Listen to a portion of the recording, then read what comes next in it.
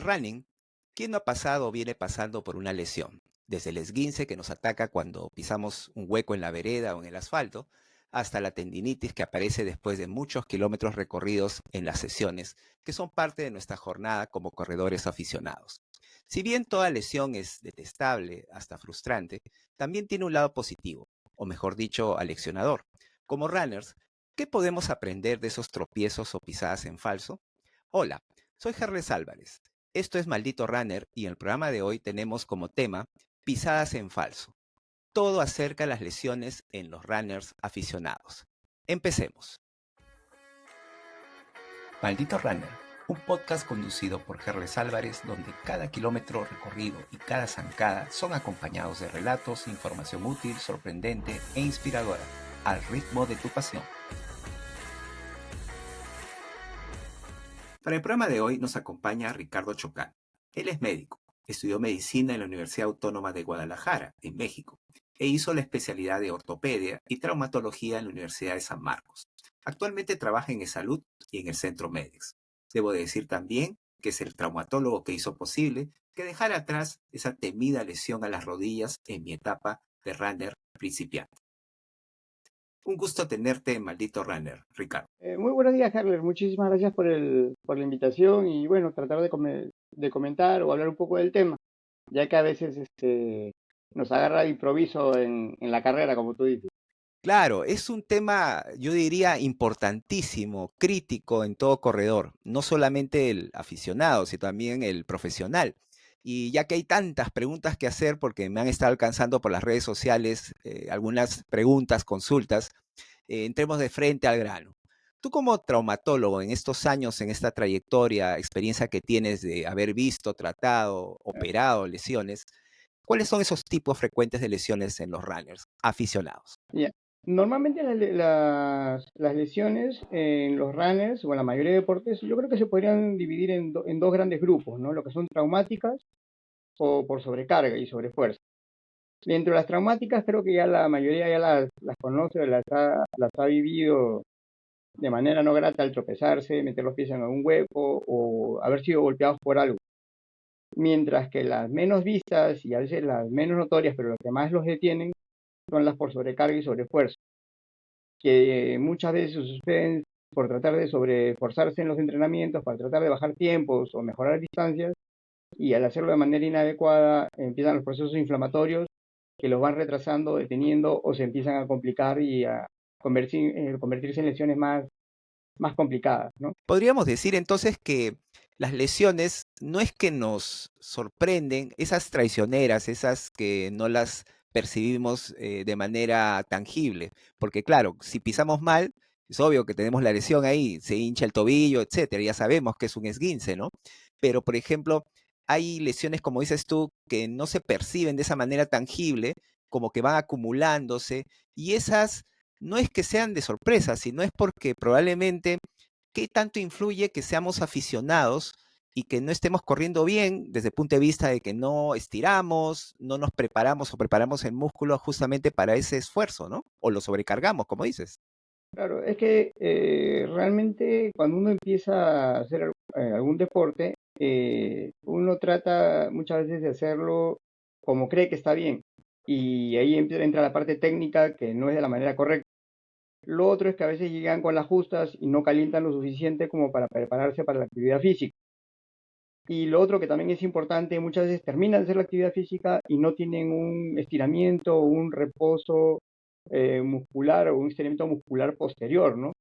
Para que el músculo también descanse de la manera correcta y se reponga otra vez. ¿Hay una diferencia entre las lesiones de un corredor aficionado y un corredor experimentado? La lesión puede ser la misma, lo que pasa es que los techos son diferentes, ¿no? O sea, mientras que yo utilizaría un término que el mucho para uno es poco para otro, ¿no? Entonces yo de repente si yo Mm. corro 5 kilómetros termino lesionado y de repente si corres 40 kilómetros terminas lesionado, ¿no?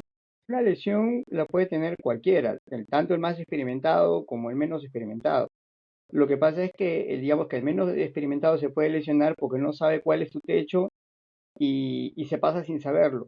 Mientras que el experimentado sabe cuál es su techo y quiere pasarlo para tratar de mejorar sus tiempos, sus distancias y todo. solo que lamentablemente es una delgada línea roja, ¿no? Es muy delgada y cuando se pasó, pues, o sea, no hay cómo retroceder después. Digamos que el principiante puede lesionarse por desconocimiento, ¿no? Mientras que el experimentado lo hace ya de manera incluso imprudente, porque sabe lo que está haciendo, está sobreexigiéndose y al final provoca una lesión. Quizás esa sería la diferencia, ¿no? Podría ser más o menos una diferencia así, porque el que recién empieza a correr normalmente lo hace como cree que está bien, o sea, lamentablemente muchos piensan que correr es ponerse zapatillas y caminar Mm. rapidito, lo cual es un error garrafal, ¿no?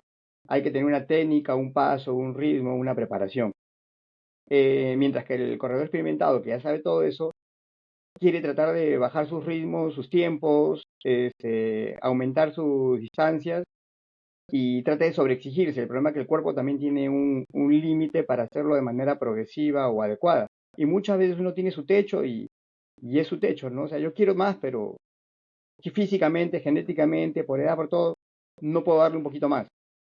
Llegué a mi límite, ¿no? Y también, ¿qué tanto tiene que ver el peso del corredor? Porque hace unas semanas hubo la maratón de Lima y yo vengo corriendo ya varias maratones de Lima y veo que en esta particularmente donde ha habido más participantes, casi 20.000 personas, he visto, comparado a otras maratones, que hay mucha gente con sobrepeso corriendo, no solamente corriendo los 10, 21, corriendo 42 kilómetros. ¿Y qué tanto tiene que ver el peso también para las lesiones? El peso es realmente un gran contribuyente de todas las lesiones. O sea, normalmente yendo desde la parte de vista óptima, por ejemplo, si queremos comparar a dos corredores totalmente diferentes, el velocista con el maratonista, por ejemplo, tenemos que un velocista pesa 90 kilos, pero corre los 100 metros en 9 segundos y pico, como Usain Bolt, ¿no? Que pesa 90 kilos y mide como 1,90. Y tenemos al récord mundial en maratón, que puso 2 horas 05, creo, si no me equivoco, que es el récord actual, y puede correr 3 horas continuas y pesa 65 kilos. Entonces, es el asunto que el cuerpo tiene que absorber en promedio. Cuando una persona corre o trota, puede multiplicar su peso de 6 a 8 veces en cada paso. Entonces, el sobrepeso es importante para evitar una lesión y al mismo tiempo para ayudar a proteger el músculo ayuda a proteger de las lesiones, pero tiene que ser un músculo óptimo para la actividad que uno está haciendo. No esperemos que un velocista corra una maratón ni que un maratonista corra los 100 metros. Como especialista en el tema de lesiones, como traumatólogo, yo sé que no podemos poner una regla general porque todos los cuerpos y las personas son distintas, ¿no? Pero para un corredor aficionado, ¿cuál sería más o menos el peso o el rango de peso aproximado? Para no decir una cifra exacta, ¿no? El peso debe ser el peso ideal para la persona, para empezar, ¿no? O sea, si yo mido 1,60 m, mi peso ideal sería 60, 62 kilos. Entonces, Mm. si mido 1,70 m, sería 71, 72 kilos. Entonces, uno puede empezar con eso y en función a eso ya va mejorando, optimizando la masa muscular en función a lo que busca. Si es un maratonista, lo más probable es que baje un poco de peso, pero es estrictamente fibra muscular. No es que baje el peso en kilos, sino que lo baja en grasa y optimiza la masa muscular. Si sería un velocista, aumentaría la masa muscular y obviamente bajaría grasa, ¿no? Y ahí hay todo un tema también, porque mucha gente escucho entre los corredores aficionados que hablan de bajar de peso para correr cada vez mejor o más rápido. Sin embargo, está bien, bajan de peso, pero en la práctica están bajando masa muscular. Y al final eso también tiene que ver mucho con las lesiones, ¿no? Exactamente, por eso es que normalmente cuando uno hablaba de bajar de peso es un término que no se ajustaría del todo. Uno debería ser bajar el porcentaje de grasa corporal, ¿no? Y mejorar la masa muscular, porque el peso en kilos te agarra todo, o sea, la balanza te mide todo, no te mide por partes ni por fracciones. Entonces lo ideal es bajar el porcentaje de grasa, y mejorar la masa muscular. Y para eso es importante no ir a una dieta porque te recomiendan o te dice tu amigo o tu amiga o en internet lees, porque también en las redes sociales los grandes aficionados dicen, no quiero bajar de peso, amigos, ¿qué me recomiendan? Y le dicen, sí, deja de comer carbohidratos, deja de comer tal o cual cosa. En realidad no se trata, como dices tú, de bajar de peso, sino bajar de masa de grasa, ¿no? Y eso solamente se puede lograr con ayuda especializada, ¿no? Claro, normalmente para un deportista que quiere que empieza como aficionado, pero ya empieza a aumentar su línea o su meta, entra todo un equipo atrás, ¿no? Que es el que lo prepara físicamente, el preparador físico, es el nutricionista, porque yo uso el término de aprender a comer, ¿no? Porque dieta realmente todo es dieta, dieta para subir de peso, dieta para bajar de peso, dieta para mejorar la masa muscular, para todo. Entonces el término correcto yo utilizaría es mejorar la alimentación para lo que uno busca, porque toda la alimentación siempre debe ser balanceada, ¿no? Tiene que haber un poco de todo, porque todo nos sirve para mejorar tanto la masa muscular como los tejidos y todo, ¿no? Es decir, alimentarnos de manera eficiente e inteligente, ¿no? Porque no se trata de Exactamente, simplemente de bajar por bajar, ¿no? exactamente. Ahí hay que mejorar la nutrición y la calidad alimenticia para optimizar todo, o sea, para mejorar masa muscular, disminuir el porcentaje de grasa y mejorar, o sea, la alimentación en sí, ¿no? O sea, no es simplemente dejar de comer una cosa o comer otra, ¿no? De tus tantos pacientes, entre los que me incluyo, ¿qué has podido escuchar de los mitos y verdades respecto a las lesiones? Por ejemplo, yo te adelanto dos, que son las típicas, ¿no? Correr te daña las rodillas. Ese es uno, ¿no? ¿Eso es mito o es verdad? Y la otra en el gimnasio, cuando uno va a entrenar, ¿no? Porque en mi caso, y como muchos aficionados, vamos al gimnasio, hacemos entrenamiento cruzado, ¿no? Gimnasio, natación, etcétera, no solamente es correr, ¿no? Pero en el caso de gimnasio, he escuchado un mito, no, bueno, no sé si es mito o es verdad, ¿no? Tú nos lo dirás. Ujú. Cuando hacemos abdominales, por ejemplo, ¿no? Te dicen, ¿quieres bajar la barriga? Pues haz abdominales con flexiones de 180 grados. Entonces ahí está la persona desde el gordito, el panzón, la persona que más o menos es gruesa o el delgado que está haciendo y matándose sus abdominales de 180 grados con Ujú. flexiones. ¿Eso es mito, es verdad? ¿Qué mitos y verdades nos puedes contar tú desde tu experiencia? Bueno, en cuanto al primero, o sea, yo creo que ningún deporte como tal lesiona. El que se lesiona es el deportista por hacer las cosas de manera inadecuada. O sea, el correr no te lesiona las rodillas, lo que te lesiona las rodillas es correr mal. No tener un buen calzado, no tener una buena técnica, no tener una buena preparación. En cuanto a lo que es el gimnasio, sí, muchas veces no solamente es el hecho de bajar a los abdominales haciendo abdominales, sino también es mejorando la nutrición, porque los abdominales te van a dar fortalecimiento muscular, pero para quemar grasa uno tiene que generar cierto consumo de energía para poder quemar esa grasa. Entonces, es un conjunto de cosas. Por eso es que muchas veces dicen que los ejercicios aeróbicos te ayudan a quemar más, las pesas, dependiendo cómo las uses, te ayudan más a generar masa muscular, ¿no? Entonces, dependiendo cómo uses las pesas, porque si utilizas mucho peso y pocas repeticiones, te genera mayor masa muscular. Menos peso, mayor repeticiones, mayor resistencia. Entonces, realmente el entrenamiento siempre tiene que ser combinado, o sea, porque todo te ayuda para algo dependiendo de lo que busques. Lo que va a cambiar es el porcentaje de una cosa con respecto a la otra en función a lo que tú quieras.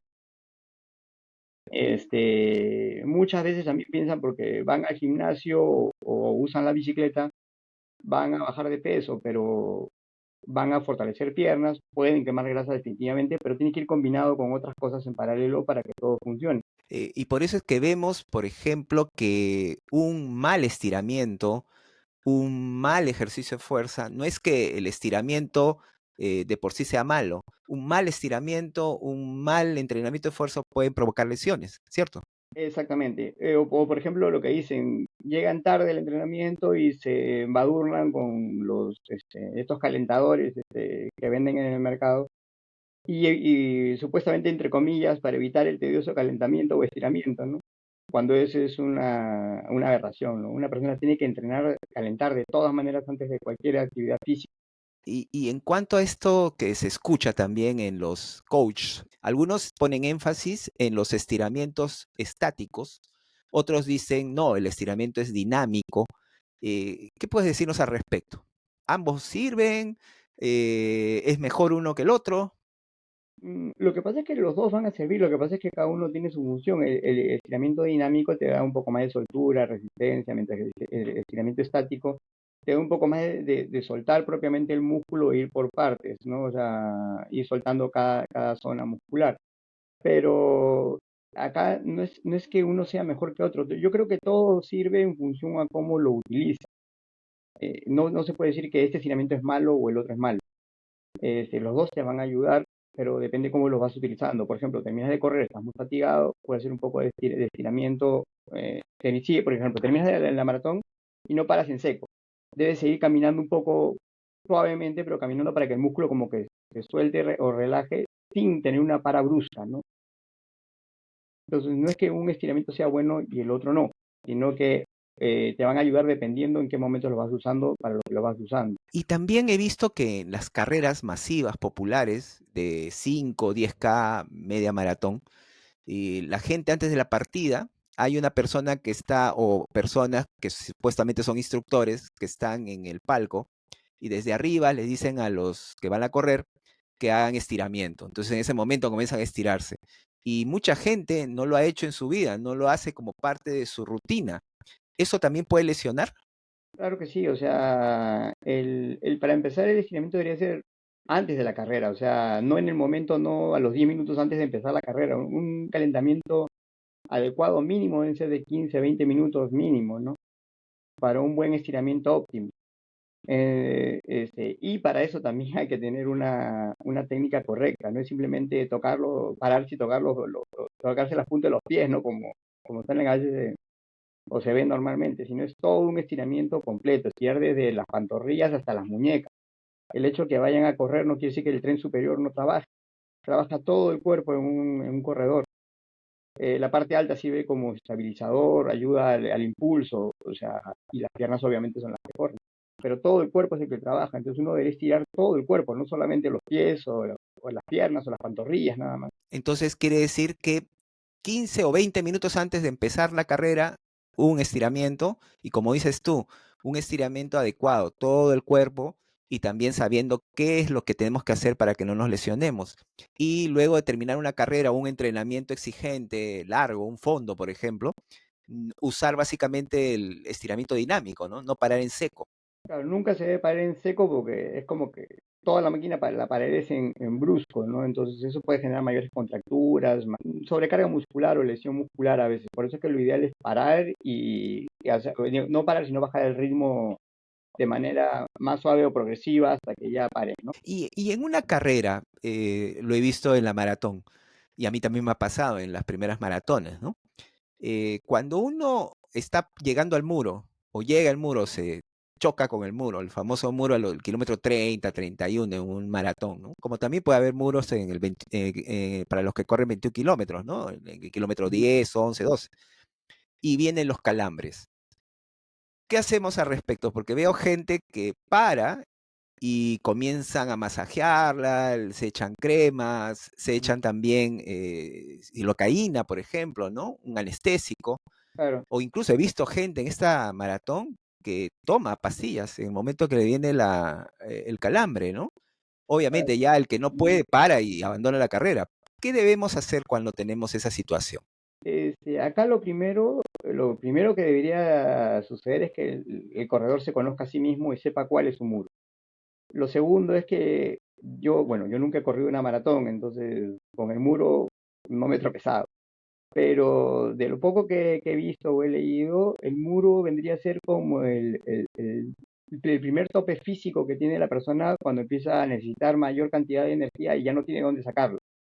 Entonces los experimentados entrenan su cuerpo para poder sacar energía de esos lugares recónditos que le van quedando como para agarrar el último tramo, ¿no? Entonces, los calambres, todo eso es una respuesta a todo ese cambio fisiológico que hay, teniendo en cuenta que el corredor suda, también pierde electrolitos, por eso tiene que estar hidratando en la carrera.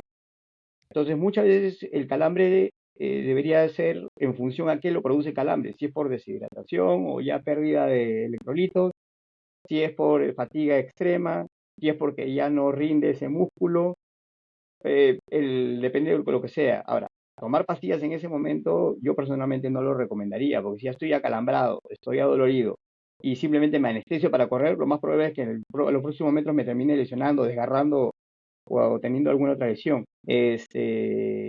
Pero bueno, cada uno conoce su propio tope, ¿no? Si piensa que tomando un poco de agua o masajeándolo puede mejorar un poco, exprimirlo hasta donde llegue. Pero el muro es, es el tope, como quien dice, en que el organismo dice, no tengo ahorita de dónde sacar energía, voy a ver dónde la consigo y mientras que rompen, ¿no? Por eso es que los más experimentados saben, aprenden y ya tienen un condicionamiento físico y el cuerpo puede aprender a mejorar ese muro, fuera que su capacidad física también hace que ese muro sea un poco más lejos que al principio. Entonces cada vez tiene menos brecha que vencer para llegar a la meta, ¿no? En cuanto ya no el calambre, sino, por ejemplo, un dolor ya insoportable en las rodillas, ¿no? Que probablemente sea una tendinitis o sea otra complicación.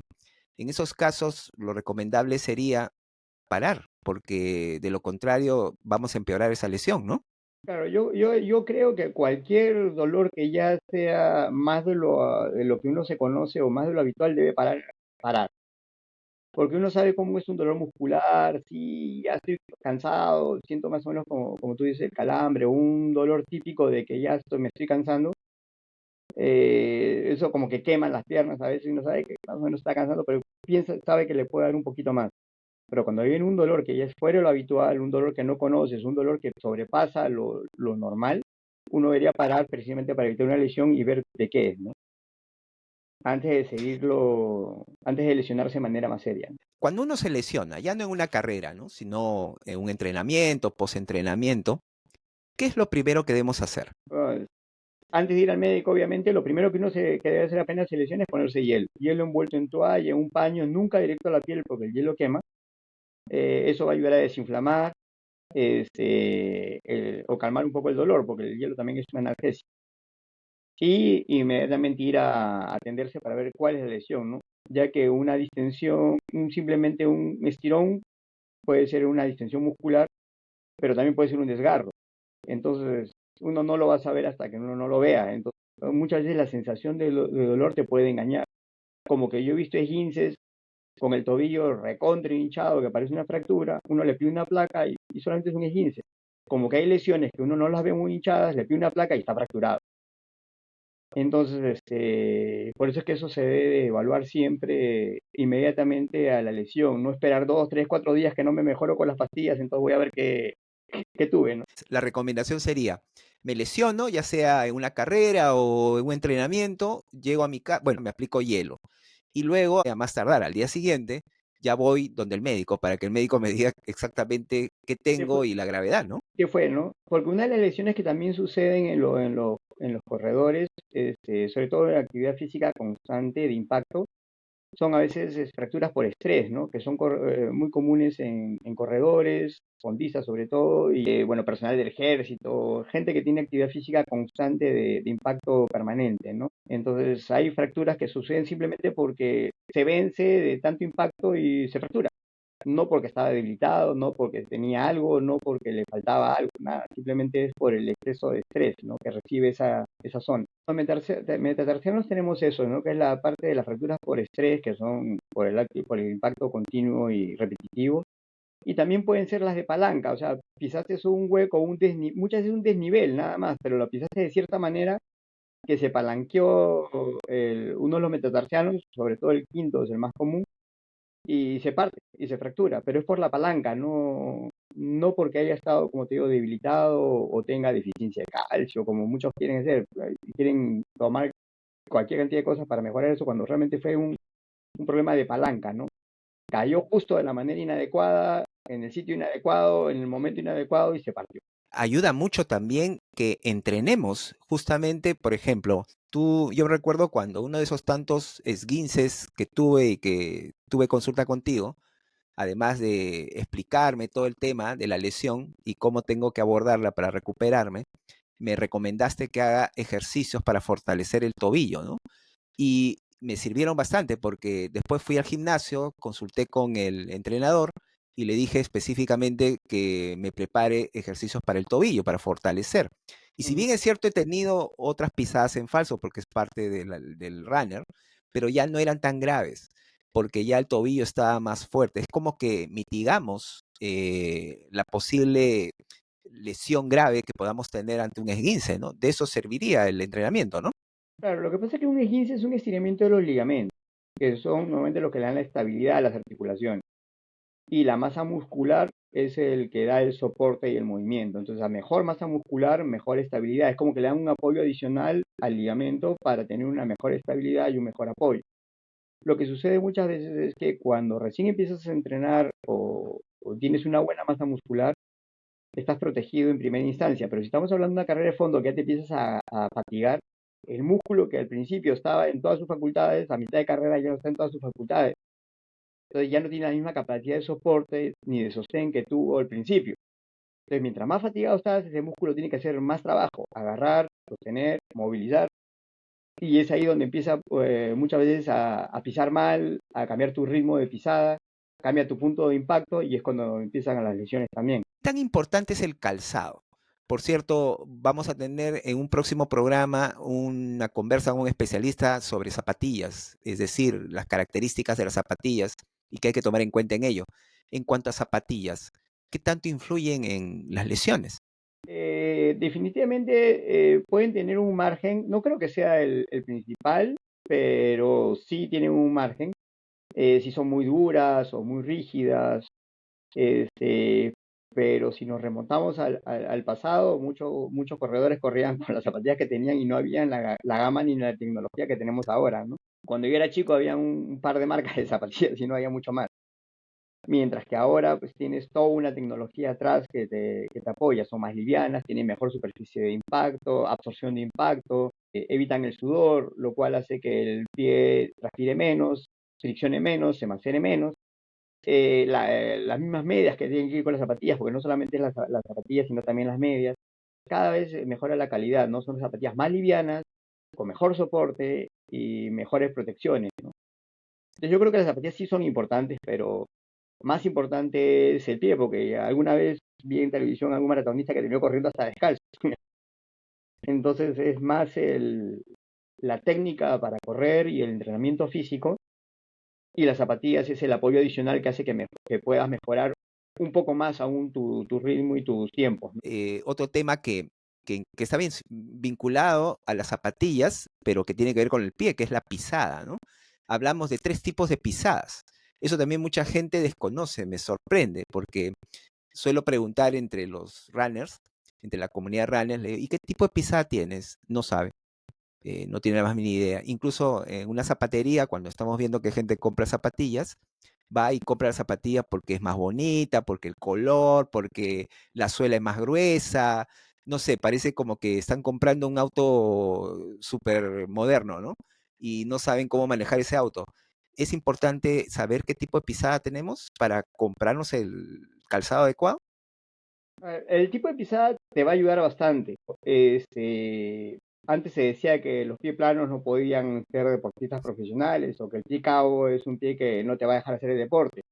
Y actualmente podemos tener pacientes o personas o deportistas que son pie planos, pie caos y son deportistas de alto nivel. Entonces, es un condicionante sí, porque eso te va a ayudar a saber cómo proteger o cómo fortalecerte el pie para ayudar a compensar ese tipo de pie que tienes, porque el tipo de pie es individual en cada persona, ¿no?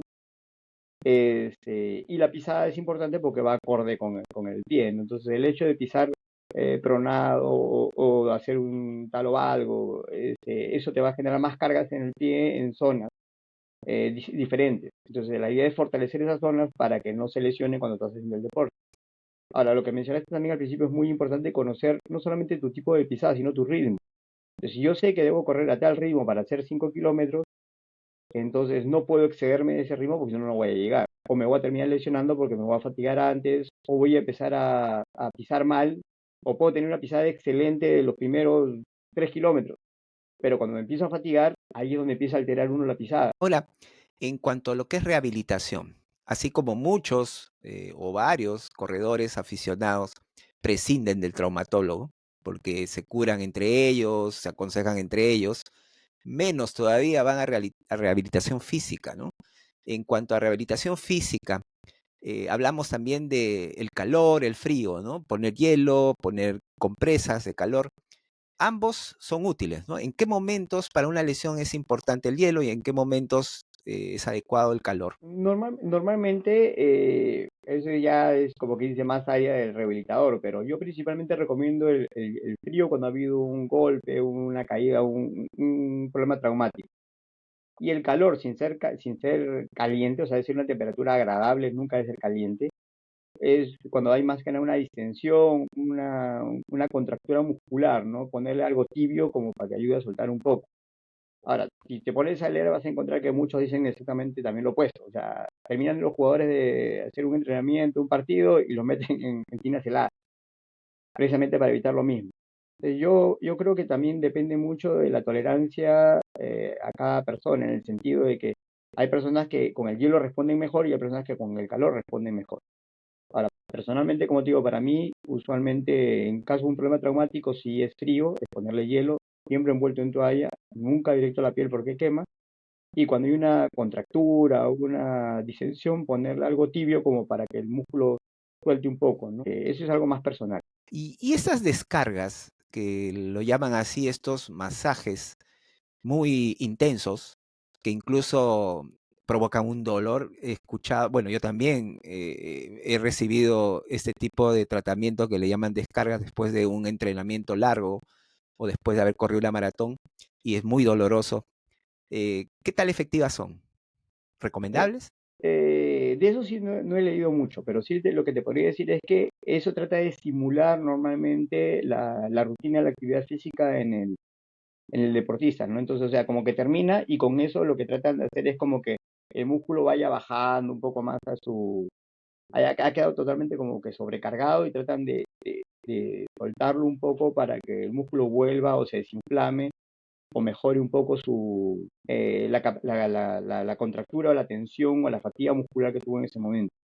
Pero como todo, como cuando utilizan también los stem y la parte eléctrica, usualmente es para relajar o desinflamar a veces el músculo. Entonces, pero como también debes haber visto, a veces lo utilizan para lo opuesto. Lo venden a veces en las tiendas comerciales o eso como para tonificar el cuerpo y evitar el ejercicio, ¿no? O sea, te sientas a leer la revista, que te cortas los chupones y lo subes a todo el nivel y vas a tener los cuadraditos mismos, lo de combate, ¿no? Entonces, lo cual es ilógico, ¿no?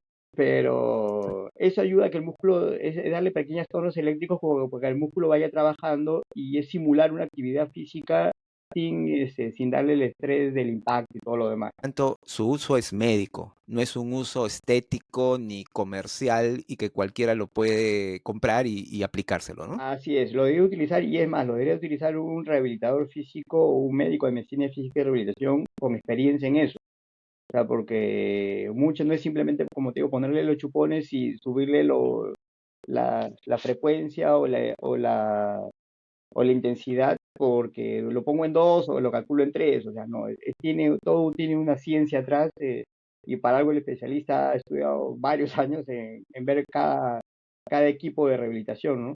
Porque rehabilitación muchos piensan que es solamente agua y calor y no actualmente es infrarrojos, magnetos, o sea, entran un montón de cosas que eso ya lo voy a manejar un médico de medicina física y rehabilitación. ¿Y qué opinas tú de estas cremas, de estas aplicaciones, del Yantén?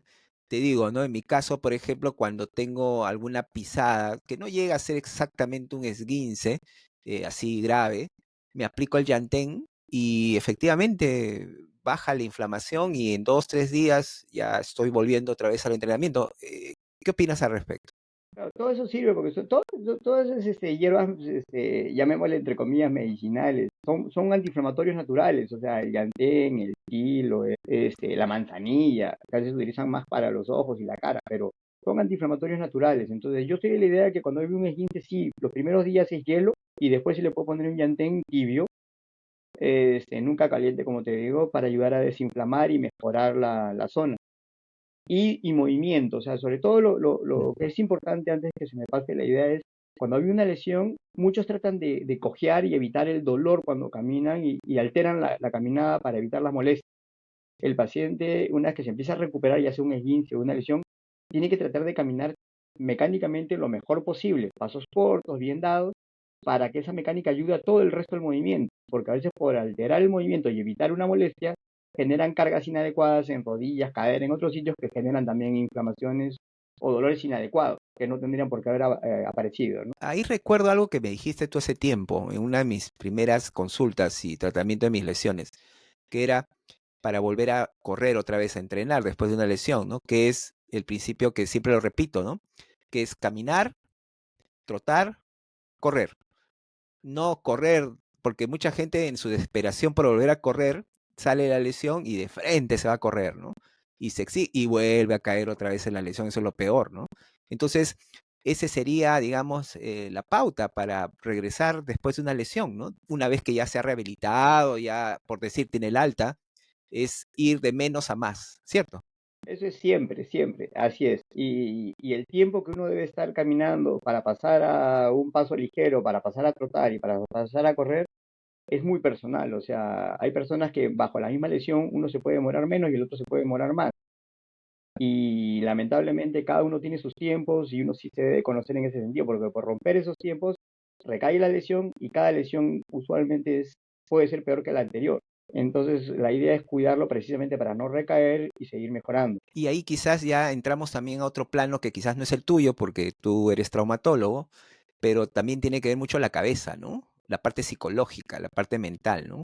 Porque después de una lesión, quieras o no, uno termina con miedo, ¿no? Con temor. Y por eso Ah, es como decías tú, uno vuelve y pisa inseguro, ¿no? Y eso es ah, lo peor, pues, sí. porque esa pisada insegura al final te puede provocar que recrudezca, que reaparezca la lesión o que tengas otra nueva lesión, ¿no? Por lo tanto, también la parte mental, psicológica es importante, ¿no? Sí, básico, eso es importantísimo, o sea, y no solamente para la lesión en sí, o sea, para recuperarse de una lesión, sino para saber cuál es el límite de uno y hasta dónde puedo exigirle sin lesionarme, ¿no? Porque a veces entra el desesperado que quiere, lo invitaron a la maratón, fue un gran corredor de chico, dejó de correr, como dicen uno, siempre he corrido, pero ya tiene como 4 años que no sale a correr y quiere inscribirse en la primera maratón porque tenía buenos tiempos y quiere acabarla y empezó a entrenar un mes antes porque se le prejuntó todo y entre la chamba, el trabajo, esto, ni come, ni descansa, ni entrena bien, pero se mete en la maratón y quiere completarla como la completó hace 15 años, ¿no? Entonces es ahí donde entra la cabeza fría para darte tus tiempos, tus espacios. La edad para mí nunca va a ser un limitante. Hay corredores de maratón que tienen más de 80 años, Sí. pero no empezaron a correr el mes pasado. Vienen corriendo hace más de 60 años y lo que ellos tienen y lo que hay que recalcar es que yo no me comparo con ellos, sino cada uno se tiene que comparar con sí mismo. Yo, pero él tiene 80 años, entonces yo también puedo. No, no, no, aguanta. Ese pata tiene 60 años corriendo y entrena todos los días. Entonces, y corre por lo menos 10 kilómetros diarios, cuando yo no llego ni a la tercera parte de eso. Así tenga la mitad de la edad, no puedo pretender hacer lo mismo que hacen ellos. Entonces, la edad no es el limitante, el limitante es la preparación que tiene uno y cómo se va forjando en el tiempo, ¿no? Y la edad tampoco es un limitante para empezar. Yo puedo empezar hoy día a correr una maratón, pero no corriendo la maratón. Empiezo entrenando, empiezo a hacer primero 1 kilómetro, dos, tres, cinco, empezaré con las de 5, con las de 10, con las de 20, y hasta que llegue a las de 45, a las de 42 si llego. De empezar a los 40 no es lo mismo que haber empezado a los 20. Ese es un hecho. Por lo tanto, dejemos de lado ese mito, porque ya queda claro, creo que es un mito, y lo hemos tratado en otros episodios que he conversado también con gente sobre el tema, eso de que se corre con fe, ¿no? Esa es típica de la gente que se presenta a una carrera, en este caso una maratón, no se ha preparado, no ha entrenado, y dice, no, lo voy a correr con fe, lo voy a correr con la mente, ¿no? Con el corazón incluso, ¿no? Y en realidad eso no es cierto, pues, y es irresponsable. Sí, es verdad, hay gente que termina una maratón así, entre comillas, con el corazón y con fe, pero eso quiere decir esa vez, pero dos, tres veces Claro. haciendo lo mismo, va a terminar mal, ¿no? Así es, o sea, definitivamente yo creo que todo deportista que se considere competitivo siempre tiene un porcentaje de corazón a la mitad en la carrera. O sea, no hay forma de que, porque estás que no das y el corazón te da esa esperanza para seguir, pero si no tienes las piernas, no hay forma que lo hagas. O sea, el corazón te puede dar el estímulo y el ímpetu para darle ese incentivo que te falta, pero si no tuvieses una preparación previa, nada. Es como que llegues a un examen habiendo leído un par de hojas el día anterior, porque tú, como conoces el tema, te mandaste así de frente y no, pues no vas a pasar. No, entonces siempre hay que entrenar. Y una carrera de fondo, más todavía, porque es una carrera que te demanda de todo, de físico, de resistencia, de la parte mental, de recuperación. O sea, un fondo yo creo que te abarca muchísimas cosas y muchos ni siquiera las ven todas, ¿no? No ven una carrera de fondo como realmente la deberían de ver. Es importante el descanso también, ¿no? Porque muchos corredores les gana la emoción, el afán y no descansan prácticamente, ¿no? Entonces, ahí también es clave el tema de del descanso para evitar lesiones, ¿no? Claro, la recuperación. Y mi recuperación siendo totalmente, digamos, nuevo en el tema, puede ser mucho más larga que la tuya que tienes ya todo un recorrido de maratones encima. Entonces, tus tiempos pueden ser más cortos, pero no por eso pueden dejar de estar. O sea, pues después de un ejercicio extenuante a ese nivel, uno siempre tiene que hacer una para por un tiempo. Que puede ser dependiendo cada uno una semana, 10 días, dependiendo. Otros pueden ser más. Pero que tiene que haber una para después para que el cuerpo también se recupere y otra vez vuelva a lo mismo, ¿no? A recuperarse como estaba para poder entrenar. Si no, te vas a lesionar, te vas a quemar y vas a bajar tus tiempos y todo, ¿no? Por eso es importante saber conocer y escuchar al cuerpo, ¿no? Y para eso es clave que también tengamos al médico, porque mucha gente dice también, no, yo escucho mi cuerpo, yo sé mi cuerpo lo que me dice, ¿no? Pero si eso no va acompañado con el médico, con la opinión del médico, con la evaluación de un médico, pues eso que escuchamos del cuerpo no puede ser tan cierto, ¿no? Y ahí viene quizás una pregunta en las redes sociales, respecto a ti, a tus redes sociales y en mi experiencia contigo, es que la gente comenta que tú no solamente abordas el tema, diagnosticas, sino también que explicas. Y esa explicación ayuda mucho a la gente para abordar su lesión, porque lo entiende, porque lo asimila. Y qué importante es que un médico en general, no solamente un traumatólogo, ¿no? Sino un médico en general, tenga esa dinámica con el paciente, ¿no? Que sepa explicar, que sepa orientarlo, porque eso también le da tranquilidad al paciente para abordar su tratamiento, ¿no? Claro, lo que pasa es que yo creo que un paciente debe saber por qué tuvo lo que tuvo y cómo funciona lo que tuvo. Entonces, en el caso de un esguince, ¿qué es lo que pasa? Entonces, si el paciente entiende cómo funciona y qué pasó y qué es lo que va a pasar después y cómo está, puede abordar mejor esa lesión, recuperarse mejor y disminuir su probabilidad de volver a tenerla. Nunca o sea, es imposible evitar tenerla, pero sí disminuir la probabilidad de volverla a tener. Entonces, de eso se trata. Entonces, mientras más se conozca uno, o más conozca uno el problema, va a encontrar una solución. La única forma de encontrar una solución es conociendo el problema. Si no sabes ni cuál es el problema, nunca vas a encontrar la solución así la tengas en las narices. Entonces, eso es lo primero. Y lo otro es tener la paciencia del cuerpo de cada uno. O sea, no porque mi hermano gemelo se recuperó más rápido, yo me tengo que recuperar igual de rápido que él. O sea, los cuerpos son diferentes, así hagan lo mismo. Ya para ir terminando, Ricardo, porque el tiempo nos gana y no te imaginas cuántas preguntas hay y de hecho esto da para otro programa, ya lo veremos más adelante.